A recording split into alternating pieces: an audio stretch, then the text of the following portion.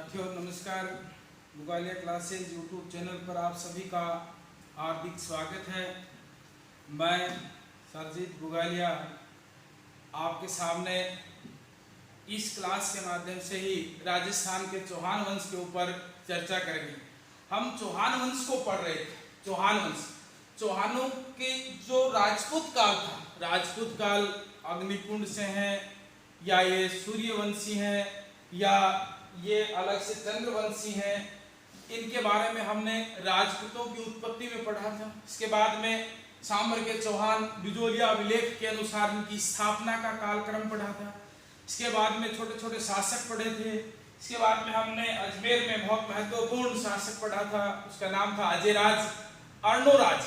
और अर्णोराज की हत्या 1153 में जब विग्रहराज चतुर्थ ने अर्णोराज ने जब 1153 में अर्णोराज की हत्या कर दी थी, तो वहां हमने अपने अंतिम क्लास के अंदर एक टॉपिक देखा था, और वो टॉपिक क्या था? अजयराज और अर्णोराज। यहाँ जो टॉपिक है उसके अंदर हम बात करेंगे आज विग्रहराज चतुर्थ की। यहाँ जो विग्रहराज चतुर्थ है ये पढ़ेंगे। तो जगदेव है, इन्होंने जब अर्णोराज की हत्या की तो चौहान वंश का पितृहंता कौन था? जगदेव। इनके बारे में हमने पढ़ा था। ये जो जगदेव है इसके बारे में भी हम तथ्यात्मक रूप से पढ़ रहे थे।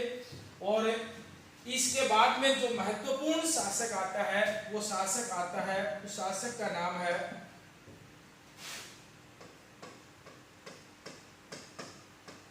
विग्रहराज चतुर्थ, और इसे ही इतिहास में बीसल देव के नाम से भी जाना जाता है। अब इसका शासनकाल 1158 से 1163 था। इनका शासनकाल क्या था? 1158 से 1163 था। अब हम इनके एक एक तथ्य को पढ़ेंगे। विग्रहराज चतुर्थ का स्थान पृथ्वीराज चौहान से भी महत्वपूर्ण है। भारत के इतिहास में विग्रहराज चतुर्थ का स्थान पृथ्वीराज चौहान से भी महत्वपूर्ण है। वो इस प्रकार से है। तो विग्रहराज अजमेर के चौहान शासक थे। जिस चौहान वंश की स्थापना यहाँ वासुदेव चौहान ने की थी, अजयराज ने उसको बहुत आगे बढ़ाया। अर्णोराज ने भी अपने साम्राज्य का विस्तार किया। अब यहाँ शासक बनता है वो है विग्रहराज या बीसलदेव। इनके बारे में हम सबसे पहले पढ़ेंगे। इतिहास में इनका काल किस नाम से, किस घटना के लिए प्रसिद्ध है? इसका काल या इसका शासन काल है वो क्या कहलाता है? इसका जो शासन काल है वो क्या कहलाता है? पहला ही है महत्वपूर्ण, शासन काल। इसका जो शासन काल है वो क्या कहलाता है?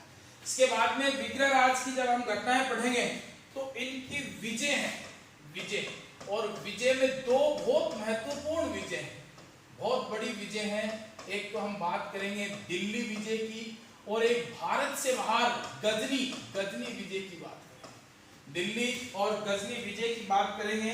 उसके बाद में हम विग्रहराज के साथ एक घटना और पढ़ेंगे, वो है विग्रहराज और इसके साथ किसको पढ़ेंगे? वो पढ़ेंगे कुमारपाल। जिस कुमारपाल को पराजित करने के लिए अर्णोराज ने प्रयत्न किए थे, प्रयत्न नहीं कर वो सफल नहीं हो पाया, तो अपनी बेटी जलन देवी का विवाह भी कर दिया था। उस समय यही था, सबसे बड़ी कार्यवाही यही थी, आक्रमण करो और कन्या उठा लो, और वो विवाह का नाम आजकल जेल हो जाती है। तो यहाँ विग्रहराज था, और कुमारपाल के साथ इसके संबंध कैसे थे? फिर इनके साहित्य की चर्चा करेंगे, इनके स्थापत्य की चर्चा करेंगे, और इनके स्थापत्य के साथ साथ इनका एक छोटा सा अभिलेख है, उस अभिलेख की बात करेंगे। तो इसका शासनकाल यहाँ दो प्रश्न महत्वपूर्ण है। चौहानों का किस शासक का काल स्वर्ण काल कहलाता है? किसका काल? स्वर्ण काल। बहुत महत्वपूर्ण है। स्वर्ण काल किसका कहलाता है? तो यहाँ स्वर्ण काल किसका कहलाता है? स्वर्ण काल किसका कहलाता है? विग्रहराज का शासनकाल, चौहान वंश का स्वर्ण काल कहलाता है। अब इसके बारे में बात करते हैं कि विग्रहराज ने दिल्ली का शासक था, दिल्ली का शासक था तोमर वंश का, और उस तोमर वंश के शासक का नाम था तंवर तोमर। इस तंवर तोमर को पराजित कर दिया, इसको क्या कर दिया, इसने पराजित कर दिया, तंवर तोमर को क्या कर दिया, पराजित कर दिया, और दिल्ली पर अधिकार कर लिया। और किस पर अधिकार कर लिया, दिल्ली पर अधिकार कर लिया। अब यहाँ आप थोड़ा सा गौर कीजिए साहब, इन्होंने कहाँ अधिकार कर लिया, दिल्ली पर अधिकार कर लिया। ये जो ही दिल्ली पर अधिकार करता तो यहाँ एक प्रश्न बन गया, प्रथम चौहान शासक, प्रथम चौहान शासक कौन था जिसने दिल्ली पर अधिकार किया, दिल्ली पर अधिकार किया। प्रथम चौहान शासक कौन था जिसने दिल्ली पर अधिकार किया, तो वो कौन था, विशलदेव था। कौन था, विशलदेव। इसने कहाँ अधिकार कर लिया, दिल्ली पर अधिकार कर लिया। विशलदेव ने दिल्ली पर अधिकार कर लिया, यहाँ प्रथम चौहान शासक हो गया। अब यहाँ चौहान शासक हो गया, वो तो एक बहुत अच्छी बात है, जिसने दिल्ली पर अधिकार कर लिया, राजस्थान से जाकर दिल्ली पर अधिकार कर लिया। हालांकि आजकल तो गुजरात वालों ने कर रखा, यहाँ दिल्ली पर जो अधिकार कर लिया। तो यहाँ अब देखिए एक बड़ा प्रश्न क्या बनता है, जिससे के बारे में कहानियां भी बहुत हैं। यहाँ जिस समय इस विग्रह राज ने दिल्ली पर अधिकार किया था, विग्रह राज ने दिल्ली पर अधिकार किया था, दिल्ली पर अधिकार। इस समय दिल्ली के अंदर तंवर तोमर का जो साथ दे रहा था, उस व्यक्ति का नाम था, वो नाम था विजय चंद्र। उस व्यक्ति का क्या नाम था, विजय चंद्र था। उस व्यक्ति का क्या नाम था, विजय चंद्र। और ये विजय चंद्र कहाँ के थे, कन्नौज के। विजय चंद्र कहाँ के थे, कन्नौज के थे। कन्नौज का कौन से वंश का, वो था गहड़वाल वंश का। कौन से वंश का था, गहड़वाल वंश का। यानी कि ये विजय चंद्र जयचंद्र, यह विजय चंद्र जयचंद के पिता थे। जयचंद के क्या थे, पिता। अब यहाँ स्थिति क्या है कि जब विशलदेव ने तंवर तोमर पर आक्रमण किया, इस पर आक्रमण किया, इस तंवर तोमर पर आक्रमण किया। किसने आक्रमण किया, विशलदेव ने। यहाँ क्या करते हैं, ये आक्रमण करते हैं। यहाँ क्या करते हैं, आक्रमण। इस समय इनका साथ कौन दे रहा था, विजय चंद्र दे रहा था। साथ कौन दे रहा था, विजय चंद्र। इस आक्रमण के दौरान जयचंद के पिता विजय चंद्र मारा गया। प्रथम दृष्टि से पृथ्वीराज चौहान और जयचंद के बीच जो विवाद का कारण था, वो ये था। विवाद का कारण क्या था, विशलदेव ने जब दिल्ली पर अधिकार किया, उस समय जयचंद के पिता विजय चंद्र की हत्या हो गई या मारा गया। प्रथम दृष्टि से जयचंद और पृथ्वीराज चौहान के मध्य जो विवाद का कारण बना था, वो यही कारण बना था। इस समय इसने कहा अधिकार कर लिया, दिल्ली पर अधिकार कर लिया। इसके बाद में अगला जो आता है वो तथ्य क्या आता है, इसका अधिकार। यहाँ इस अधिकार के बाद में कौन सा अधिकार आता है, वो अधिकार क्या आता है, वो अधिकार क्या आता है कि इन्होंने गजनी पर अधिकार किया था। गजनी पर, गजनी अफगानिस्तान में, इस गजनी पर अधिकार किया। इस समय गजनी का जो शासक था, गजनी का शासक था, वो था अमीर खुसरो शाह। अमीर खुसरो शाह इस समय गजनी का शासक था। और गजनी पर अधिकार किसने कर लिया, गजनी पर अधिकार किसने कर लिया, विग्रह राज ने। तो इनके सामने युद्ध होता है। तो यहाँ इनके सामने शासक कौन थे, वो थे विग्रह राज। इस विग्रह राज चतुर्थ ने आक्रमण किया, विजयी हुआ और ये पराजित हो गया। गजनी पर अधिकार करने वाला प्रथम चौहान शासक कौन था? विग्रहराज। दिल्ली पर अधिकार करने वाला प्रथम शासक कौन था? विग्रहराज। और यहाँ गजनी पर भी अधिकार किसने कर लिया? विग्रहराज। अब यह जो ही इसने गजनी पर अधिकार किया, तो जो ही गजनी पर अधिकार के बाद, गजनी के ऊपर जो अधिकार किया, तो इस अधिकार करके वापिस आ रहा था, तो यहाँ पंजाब, मुल्तान और हिसार पर अधिकार कर लिया। हिसार पर क्या कर लिया? अधिकार कर लिया। एक प्रथम दृष्टि से हम एक बार भारत के इतिहास में चलते हैं। भारत में एक लुटेरा आया था जो आक्रमण करने के लिए आया था। धन और इस्लाम का प्रचार, धन लूटना, इस्लाम का प्रचार इसका सबसे बड़ा ध्येय था। और यहाँ पंजाब, मुल्तान और हिसार पर अधिकार कर गया था महमूद गजनवी। तो यहाँ अधिकार वास्तव में किसका था? तुर्कों का। और वहां पर अधिकार किसने कर लिया?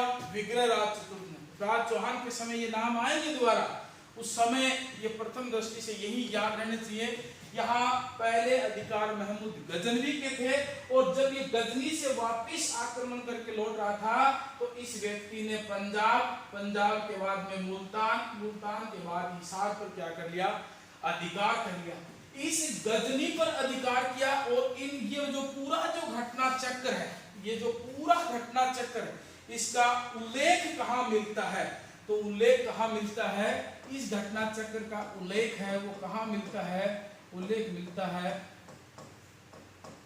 ललित विग्रह नाटक है, इस ललित विग्रह नाटक में मिलता है। इसका उल्लेख कहाँ मिलता है? ललित विग्रह नाटक में मिलता है। और ये ललित विग्रह नाटक है, इसका रचयिता कौन था? इसको लिखने वाला कौन था? तो वो था सोमदेव। सोमदेव ने ये संस्कृत भाषा में लिखा था। संस्कृत भाषा में इसको लिखा था। इसकी लैंग्वेज, भाषा, इसका रचयिता सोमदेव। और ललित विग्रह, इसमें किसका उल्लेख मिलता है? गजनी उल्लेख मिलता है। विग्रहराज चतुर्थ ने कभी गजनी पर अधिकार किया था, इसका उल्लेख कहाँ मिलता है? ललित विग्रह में मिलता है। सोमदेव की जो करती है, संस्कृत भाषा में करती है, इसमें मिलता है। सोमदेव विग्रहराज चतुर्थ के दरबारी कवि थे। किसके दरबारी कवि थे? विग्रहराज चतुर्थ के दरबारी कवि थे। अब है प्रश्न कि इन दोनों के माध्यम से इन्होंने दिल्ली पर अधिकार किया, गजनी पर, पंजाब पर, मुल्तान पर, हिसार पर अधिकार कर लिया। अब इसके सामने जो बड़ी समस्या थी, वो बड़ी समस्या क्या थी? इसके सामने समस्या थी वो थी कुमारपाल। बड़ी समस्या क्या थी? वो थी कुमारपाल। ये जो कुमारपाल है, इसके साथ आक्रमण हुआ था अर्णोराज का। हेमचंद्र ने अपने ग्रंथ दिव्याश्रम में लिखा भी है कि 1142 का ये जो युद्ध था, इसका जिम्मेदार कौन था? जिम्मेदार उसने अर्णोराज को माना था। तो यहाँ साथियों एक बात बहुत महत्वपूर्ण है, इस अर्णोराज ने जलहन देवी के साथ विवाह कर लिया था। एक अपमानजनक बहुत बड़ा समझौता भी था वो। और इस समय इसने कई जगह अधिकार कर लिए। तो इसके सामने अब परिस्थिति बदल गई। अब कौन है इसके सामने? विग्रहराज। इसके सामने कौन है? विग्रहराज चतुर्थ या विशलदेव इसके सामने। इन दोनों के मध्य युद्ध होता है और विग्रहराज पराजित होता है और नागौर पराजित होता है, और ये कुमारपाल पराजित होता है, विग्रहराज जीतते हैं और नागौर पाली मंडोर इधर अधिकार कर लेते हैं। मारवाड़ के क्षेत्र में कौन अधिकार कर लेता है? विग्रहराज चतुर्थ अधिकार कर लेता है। अब नागौर, पाली, मंडोर, यहाँ पर इनके अधिकार होते हैं। अर्णोराज उसके विग्रहराज के, एक पंजाब, मुल्तान, हिसार, एक गजनी, एक दिल्ली, यहाँ अधिकार होते हैं इनके। इनका उल्लेख मतलब प्रश्न क्या है कि विशलदेव का साम्राज्य विस्तार था।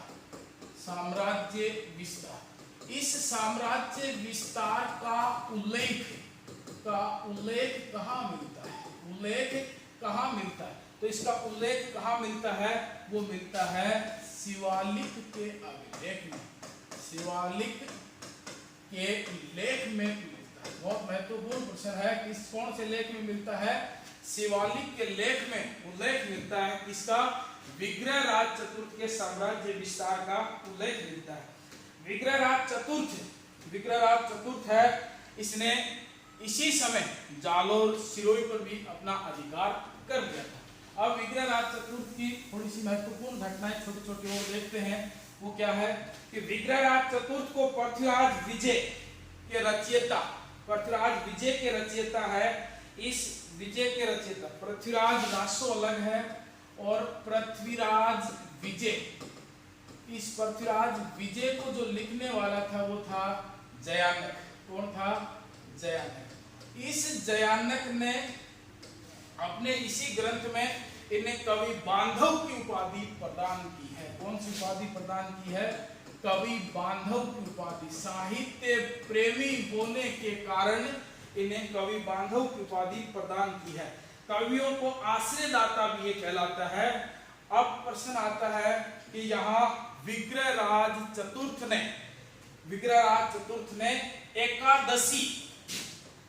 एकादशी, ये कल्चर में बहुत महत्वपूर्ण नाम आएंगे, एकम द्विज, ये बहुत बड़े नाम आएंगे। तो यहाँ विग्रहराज चतुर्थ ने एकादशी के दिन, 11 के दिन, एकादशी मतलब 11 के दिन, महीने में 2 पूर्णिमा, शुक्ल पक्ष और कृष्ण पक्ष दोनों में जो एकादशी 11 आती है, इस दिन पशु बलि पर रोक लगा दी। और पशु बलि पर एकादशी के दिन रोक लगाने वाला प्रथम शासक कौन था? विशलदेव, विग्रहराज चतुर्थ।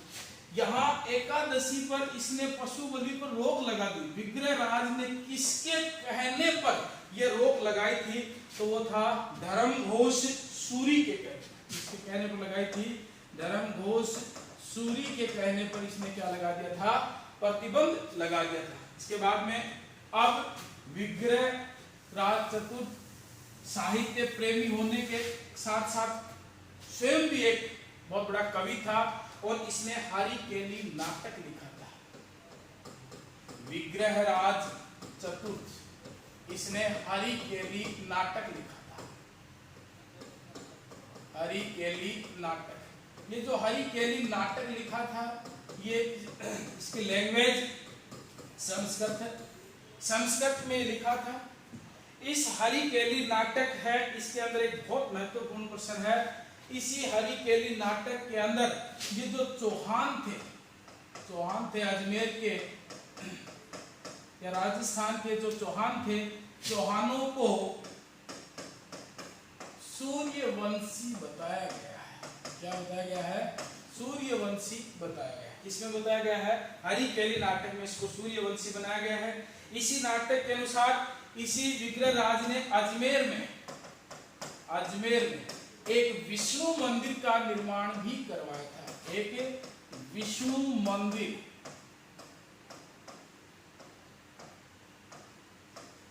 मंदिर का भी निर्माण करवाया था। इस बाद में इनकी सबसे महत्वपूर्ण जो घटना है वो घटना क्या है? ये जो विग्रहराज चतुर्थ जिन्होंने अजमेर के साम्राज्य का सबसे ज्यादा महत्वपूर्ण विस्तार किया था, इसी विग्रहराज चतुर्थ ने एक संस्कृत विद्यालय बनवाया था। विग्रहराज चतुर्थ, इन्होंने क्या किया था? एक संस्कृत विद्यालय की स्थापना करवाई थी। ये संस्कृत जो विद्यालय था, ये किस नाम से प्रसिद्ध था? ये था सरस्वती कंठाभरण विद्यालय। सरस्वती कंठाभरण किस नाम से था? ये था सरस्वती कंठाभरण विद्यालय। कुछ इतिहासकार कहते हैं कि कंठाभरण है ये इसकी उपाधि भी थी। तो सरस्वती कंठाभरण संस्कृत विद्यालय की इन्होंने स्थापना करवाई थी। इसी विद्यालय के दीवारों के चारों तरफ ये जो विद्यालय है, इस विद्यालय की जो चारों तरफ दीवार थी, इन दीवारों के ऊपर हरी केली नाटक के कुछ अंश लिखे गए हैं। हरी केली नाटक के अंश इस पर लिखे गए हैं। अब यहाँ प्रश्न आता है कि जिस समय, अब यहाँ प्रश्न ये भी है कि जो हरी केली नाटक अंश, एक तो यहाँ इस सरस्वती कंठावरण पर लिखे गए थे, दूसरी जगह कौन थी, वो थी राजा राम मोहन राय का जो ब्रिटेन के अंदर ब्रिस्टल शहर है, वहां जो स्मारक, उस पर भी इसके ये हरी केली नाटक के कुछ अंश उकेरे गए। अब यहाँ एक प्रश्न बहुत महत्वपूर्ण, प्रश्न क्या महत्वपूर्ण है कि इस सरस्वती कंठावरण जो विश्वविद्यालय है, इसको तोड़ दिया था कुतुबुद्दीन ऐबक। ऐबक का अर्थ होता है चंद्रमा का स्वामी, ऐबक इसका अर्थ होता है चंद्रमा का स्वामी। कुतुबुद्दीन ऐबक है, इस समय कुतुबुद्दीन ऐबक ने इसको तोड़ दिया था और तोड़कर यहाँ 2.5 दिन का झोपड़े का निर्माण करवाया था। 2.5 दिन के झोपड़े का निर्माण करवाया था, 2.5 दिन के झोपड़े का निर्माण करवाया था। अब यहाँ प्रश्न आता है महत्वपूर्ण कि ये 2.5 दिन का झोपड़ा, उसे इतिहासकार कहते हैं कि 2.5 दिन का गुंबद, इसमें कोई गुंबद लगे हैं, वो 2.5 दिन में तैयार होते। लेकिन यहाँ एक मुस्लिम सूफी संत है, मुस्लिम सूफी संत है, और उसका यहाँ उर्स लगता है, इसलिए कहते हैं पंजाब शाह का 2.5 दिन का उर्स लगता है। उर्स जो आत्मा का परमात्मा से मिलन मेला जो है वहां लगता है, उर्स लगता है।